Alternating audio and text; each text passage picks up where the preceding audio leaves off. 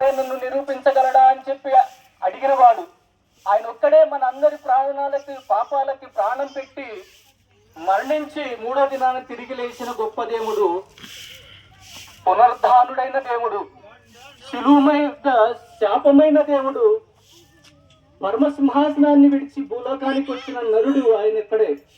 కనుక ఆ గొప్ప దేవుడిని మీరందరూ తెలుసుకొని ఆ గొప్ప దేవునితో కూడా పరలోకమందు యుగ యుగాలు ఉండాలని దేవుడి సంకల్పం, దేవుడి చిత్తం అది. కనుక మనందరము ఆయన తెలుసుకొని మనందరము ఆయన మన హృదయాల్లో చేర్చుకొని మనం అందరము ఆయనకి ఇష్టలుగా బ్రతికి యుగ యుగాలు ఆయనతో ఉండాలని ఆయన సంకల్పం.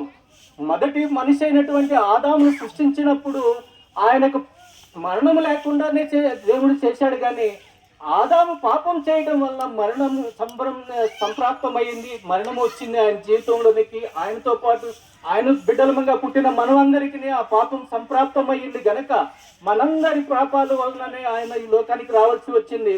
మన చేతులతో చేసిన పాపం వలన కాదు, మనమేదో నరహత్య చేయటం వలన, దొంగిలించడం వలన, తాగటం వలన, వ్యభిచరించటం వలన, గర్వించటం వలన వచ్చిన పాపం కాదు. కానీ మన పితరుడైన ఆదాము చేసిన పాపాన్ని బట్టి మన అందరము పాపులం.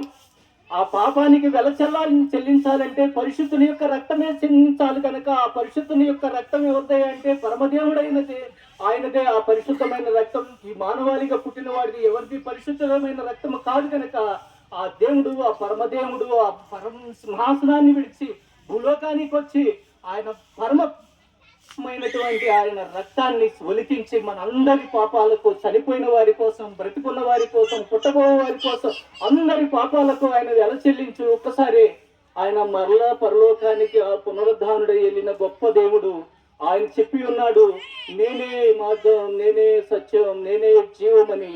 కనుక మీరందరూ ఆయన నమ్ముకున్న ఎడల మీరందరూ మాతో కూడా పరలోకమందు ఉండాలని మేము ఆశపడి ఇగో మీ అందరికీ సువార్త ప్రకటించడానికి మేము ఈ విధంగా ఈ మైకులు పట్టుకొని ఈ వీధి అమ్మట చెప్పుకుంటూ వస్తున్నాం.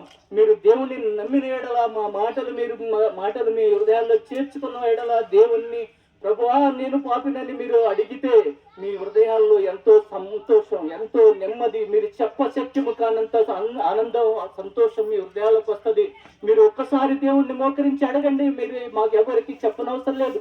మీ సన్నిధిలోకి వెళ్ళి, మీ గదిలోకి వెళ్ళి ఒక్కసారి మోకాళ్ళు వంచి భూమి మీద ఆయన వైపు చేతులెత్తి ప్రభువా నేను పాపినని చెప్పి మీరు అడిగితే మీలో ఉన్న రోగాలు పోతాయి, మీలో ఉన్నటువంటి అసమర్థతలు ఏ ఉన్నాయో అవి పోతాయి.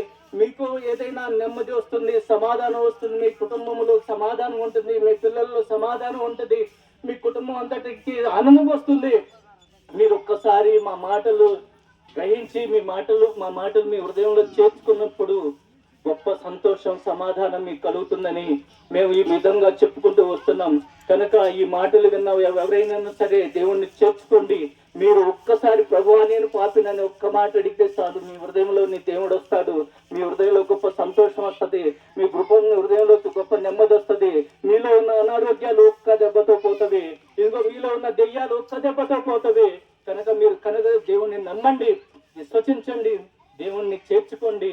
ఆ పరలోకానికి మీరు వారసులు అవ్వండి అని చెప్పడానికి విధంగా వచ్చి ఉన్నాం. కనుక మేము ఎక్కడి నుంచో రాలేదు. ఇగో 5వ నెంబర్ రోడ్లో ఉన్నటువంటి బేతనయ చర్చి నుంచి వచ్చి ఉన్నాం. ఇగో అక్కడ సేవకులు అందుబాటులో ఉంటారు. మీకైనా అనారోగ్యాలు ఉంటే, మీకైనా వ్యాధి బాధలు ఉంటే, మీకైనా అప్పులు ఉంటే, మీకు ఏదైనా పిల్లలు కలగకుండా ఉంటే, మీకు ఇంకా చెప్పుకోలేని సమస్యలు ఏమైనా ఉంటే వచ్చి ప్రార్థన చేయించుకోండి. దేవుడు మిమ్మల్ని స్వస్థపరుస్తాడు, మీకు సమాధానాన్ని ఇస్తాడు, మీకు ఆరోగ్యం ఇస్తాడు, మీ అప్పు బాధలు